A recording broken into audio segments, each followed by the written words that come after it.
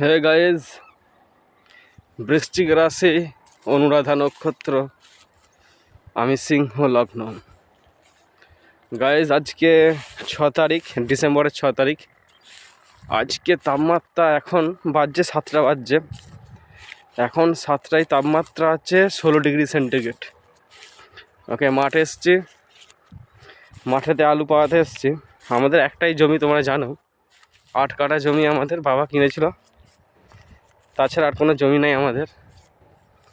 তো বাবার পা কেটে গেছে, বাবু আলু পাওয়াতে পারবে না। আমি তো জীবনে পাওয়াইনি কোনোদিন আলু, একবার দুবার পাইছিলাম।